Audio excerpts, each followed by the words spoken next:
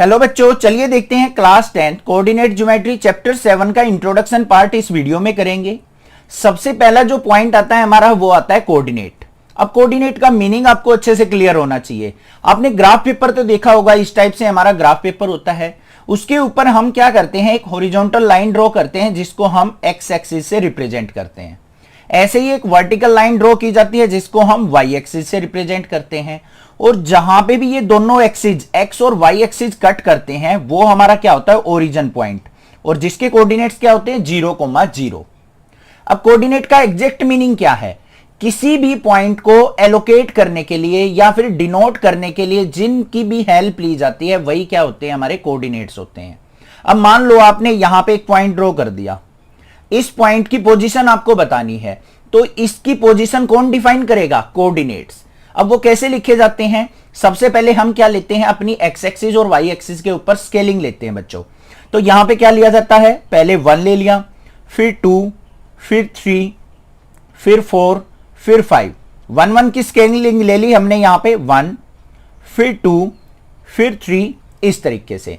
अब अगर मुझे ये पॉइंट बताना है कि ये पॉइंट है क्या, तो इसको हम कैसे फाइंड आउट करेंगे। देखो ये एक्स एक्सिस पे कितना डिस्टेंस पे है, 2 डिस्टेंस पे, और ऊपर की तरफ चलेंगे वाई एक्सिस पे भी कितने डिस्टेंस पे है, 2 पे। तो इसके कोऑर्डिनेट्स क्या हो जाएंगे, 2,2। सबसे पहले एक्स एक्सिस का पॉइंट लिखा जाता है, फिर वाई एक्सिस का पॉइंट लिखा जाता है।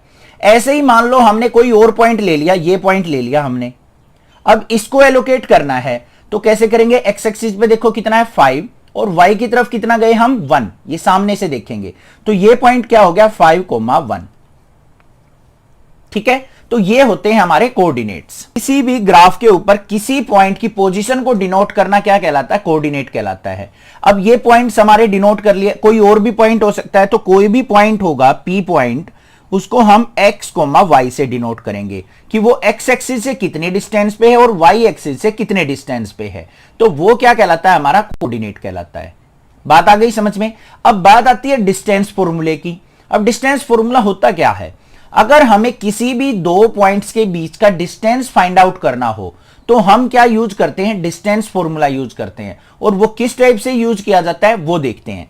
अब यहां पे देखो, ये जो पॉइंट्स दे रखे हैं यहां पे तो हमें इनकी वैल्यू पता है। अगर कोई ऐसे पॉइंट दे दे, मान लो हमारे पास ये पॉइंट दे दिया और ये पॉइंट दे दिया, इसको हमने क्या मान लिया, x1 और y1 मान लिया।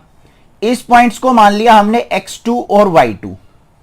इनके बीच का अगर हमें डिस्टेंस फाइंड आउट करना आ जाए तो हम किस टाइप से डिस्टेंस फाइंड आउट करेंगे, x1 y1 और x2 y2 के बीच में। इस पॉइंट को हम a से डिनोट कर लेते हैं, इसको हम b से डिनोट कर लेते हैं। तो हमारा डिस्टेंस फॉर्मूला क्या बनेगा, AB equal to under root, यहां पे x2 माइनस x1 करेंगे, x2 माइनस x1 इसका होल स्क्वायर, प्लस में y2 माइनस y1 का होल स्क्वायर।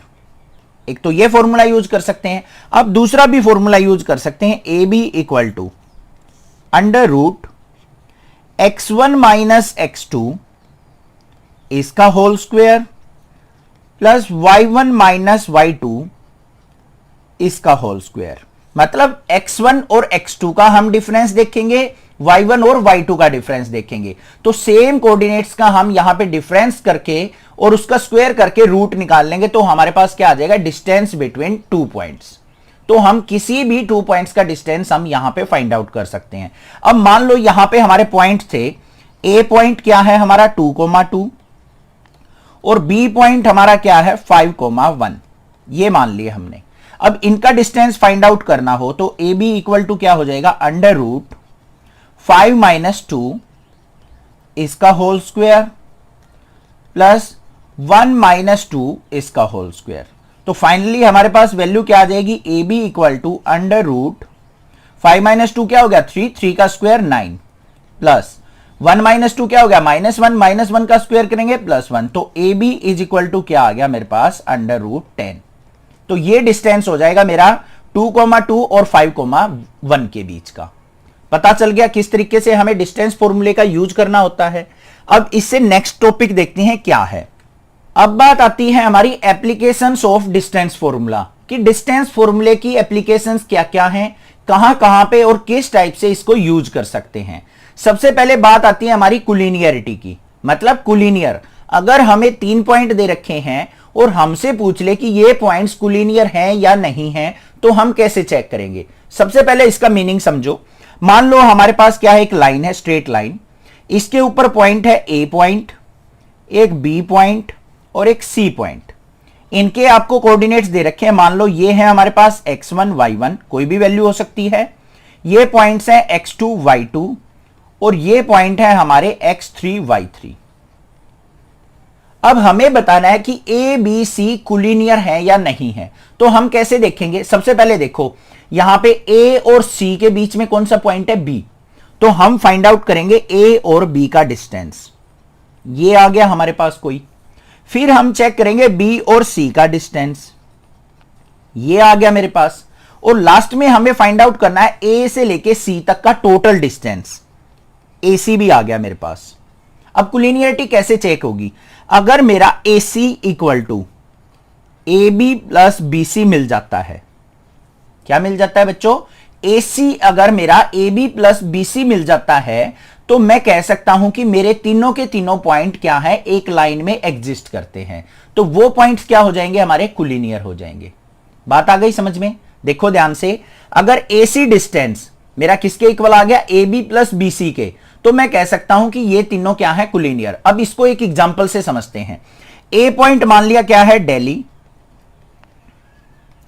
सी पॉइंट मान लिया क्या है? मुंबई। और बीच में कोई डिस्टेंस पड़ रहा है हमारा, यहां पे ले लेते हैं हम जयपुर। दिल्ली से लेके जयपुर तक का डिस्टेंस मान लिया क्या है? 200। और जयपुर से लेके मुंबई तक का डिस्टेंस है 300। ये एक लाइन में पड़ रहे हैं हमारे। और हमने देखा कि दिल्ली से लेके मुंबई तक का अगर हमने डिस्टेंस देखा तो वो क्या पड़ रहा है हमारा? 500 किलोमीटर। तो मैं यहां से पता तो लगा सकता हूं कि यहां पे इनके बीच का जो सम है वो 500 है और ये भी 500 है। तो मैं कह सकता हूं कि तीनों पॉइंट क्या है? एक ही लाइन में आते होंगे, तभी तो इनका डिस्टेंस सेम आया है। बात आ गई समझ में यहां पे? अब नेक्स्ट जो एप्लीकेशन आती है वो आती है ट्रायंगल की। ट्रायंगल के अंदर हम किस तरीके से इस डिस्टेंस फॉर्मूले को यूज कर सकते हैं? अब ट्रायंगल के अंदर क्या मिलेगा आपको? कोई भी एक ट्रायंगल दे रखी होगी, उसके कोऑर्डिनेट्स आपको दे रखे होंगे। ये ए पॉइंट हो गया, ये बी पॉइंट हो गया, ये सी पॉइंट हो गया। इसके कोऑर्डिनेट्स x1 y1, इसके कोऑर्डिनेट x2 y2 और इसके कोऑर्डिनेट आपको मिल जाए x3 y3। अब आपसे पूछ ले कि ये ट्रायंगल के वर्टिसेज एक आइसोसेलेस ट्रायंगल फॉर्म करते हैं, ये आपको वेरीफाई करना है। अब सबसे पहले आपको पता होना चाहिए आइसोसेलेस ट्रायंगल होती क्या है। वो ट्रायंगल जिसकी दो साइड्स इक्वल हों। अब आपको क्या करना है? डिस्टेंस फॉर्मूले से ए बी निकालना है, बी सी फाइंड आउट करना है और ए सी फाइंड आउट करना है। तीनों साइड्स आपको फाइंड आउट करनी है। इनमें से अगर कोई भी दो साइड या तो आ जाए A B equal to A C, या फिर आपको मिल जाए B C equal to A C, या फिर मिल जाए A B equal to B C. कोई भी दो साइड अगर इक्वल मिल गई तो हम कह सकते हैं कि ये ट्रायंगल क्या है? एक आइसोसेलेस ट्रायंगल है। अब तीसरी बात आ जाती है इक्विलेटरल ट्रायंगल की। इक्विलेटरल ट्रायंगल के अंदर क्या होती हैं? तीनों साइड्स इक्वल होनी चाहिए। तो इक्विलेटरल ट्रायंगल के लिए हम कैसे चेक करेंगे? इक्विलेटरल के लिए तीनों साइड इक्वल होनी चाहिए। A B equal to B C equal to A C. तीनों का डिस्टेंस अगर इक्वल होगा तो ये क्या करेगी? एक इक्विलेटरल ट्रायंगल फॉर्म करेगी। ठीक है, ऐसे ही कुछ क्वेश्चंस आ जाते हैं स्क्वायर, स्क्वायर या रोम्बस। इस तरीके से हमें वर्टिसेस दे रखे होंगे, चारों vertices A B C D.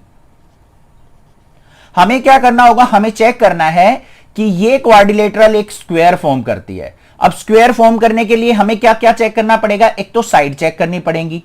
A B equal to किसके होना चाहिए? B C equal to C D equal to A D. चारों साइड इक्वल होनी चाहिए। अब चारों साइड तो हमारी रोम्बस के अंदर भी इक्वल होती हैं, तो साथ में हमें क्या चेक करना पड़ेगा? डायगोनल भी चेक करने पड़ेंगे, क्योंकि स्क्वायर के डायगोनल इक्वल होते हैं और रोम्बस के डायगोनल इक्वल नहीं होते हैं। तो हमें ए से लेके सी तक का डिस्टेंस ये वाला और बी से लेके डी तक का डिस्टेंस, तो ए C equal to B D भी चेक करना पड़ेगा। तभी हम आइडेंटिफाई कर सकते हैं कि ये वर्टिसेस हमारे स्क्वायर के हैं या नहीं है। अब लास्ट जो पॉइंट आता है इसके अंदर वो आता है section formula. Most important point है। सबसे पहले सेक्शन फॉर्मूले का मतलब समझो। सेक्शन का मतलब क्या होता है? डिवाइड करना, 2 पोर्शंस या 3 पोर्शंस में बदल देना। तो हमें क्या करना है, यहां पे एक लाइन दे रखी होगी, इसके वन एंड के कोऑर्डिनेट्स, ए के कोऑर्डिनेट्स हमें गिवन होंगे x1 y1, ऐसे बी पॉइंट्स के कोऑर्डिनेट हमें गिवन होंगे x2 y2, और हमें गिवन होगा कि कोई बीच में एक पॉइंट है P जो कि इस लाइन को m1 रेशो m2 में डिवाइड कर रहा है। ठीक है, तो हमें इस P के कोऑर्डिनेट्स फाइंड आउट करने हैं x, y, वो क्या होंगे। तो इन पॉइंट्स को फाइंड आउट करने के लिए हम क्या यूज करते हैं? सेक्शन फॉर्मूला यूज करते हैं। सबसे पहले हम क्या फाइंड आउट करेंगे? x coordinate. तो x कोऑर्डिनेट फाइंड आउट करने का फॉर्मूला क्या है? ध्यान से देख लो, m1 की मल्टीप्लाई किससे? x2 से। तो लिखा जाएगा m1 x2 प्लस m2 की किससे करेंगे? x1 से, क्योंकि x कोऑर्डिनेट फाइंड आउट कर रहे हैं तो x1 x2 ही यूज होंगे यहां पे। तो m2 x1 और डिवाइड बाय क्या हो जाएगा? m1 plus m2। ये तो आ गया x कोऑर्डिनेट।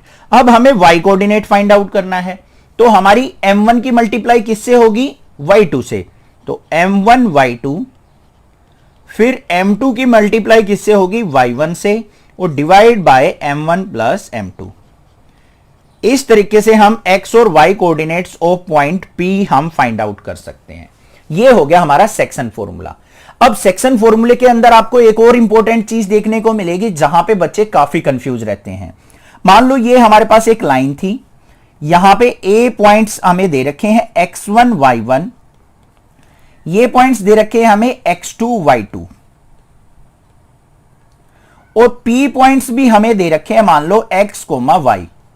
हमें बताना कि ये पॉइंट्स इस लाइन को किस रेशो में डिवाइड कर रहे हैं। अब हमें रेशो फाइंड आउट करनी होगी कि रेशो क्या होगी। अब रेशो जहां पे भी फाइंड आउट करनी है ना, तो उस केस में हम रेशो क्या मान के चलेंगे? कोई भी यहां पे कांस्टेंट लेंगे, कोई भी ले सकते हैं। मान लिया हमने k ले लिया, k/1। इसको हमेशा k/1 मान के चला जाता है, और उसको क्यों माना जाता है वो भी ध्यान से सुन लो। अब हम क्या करेंगे भाई, इस फॉर्मूले का ही यूज करेंगे और हम k की वैल्यू फाइंड आउट कर लेंगे। क्या करेंगे? इसी फॉर्मूले का यूज करके हम k की वैल्यू फाइंड आउट करेंगे, और k की मान लो बच्चों वैल्यू आ गई हमारी 2/3। क्या आ गई? k की वैल्यू 2/3। तो हमारी रेशो क्या हो जाएगी? k/1 थी ना, तो k की जगह हम क्या पुट करेंगे? 2/3/1। इसको हम क्या करेंगे? 3 से मल्टीप्लाई, 3 से मल्टीप्लाई किया तो क्या आ गया हमारा? 2/3 बन गई। बन गई या नहीं बन गई?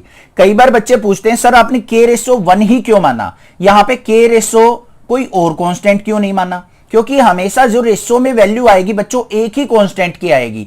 दूसरे में अगर मान लो इस कांस्टेंट में मान लो फ्रैक्शनल वैल्यू आ गई, तो उस फ्रैक्शनल वैल्यू को हम 1 से मल्टीप्लाई करके अपनी कंप्लीट रेशो बनाते हैं, इसलिए रेशो में 1 माना जाता है।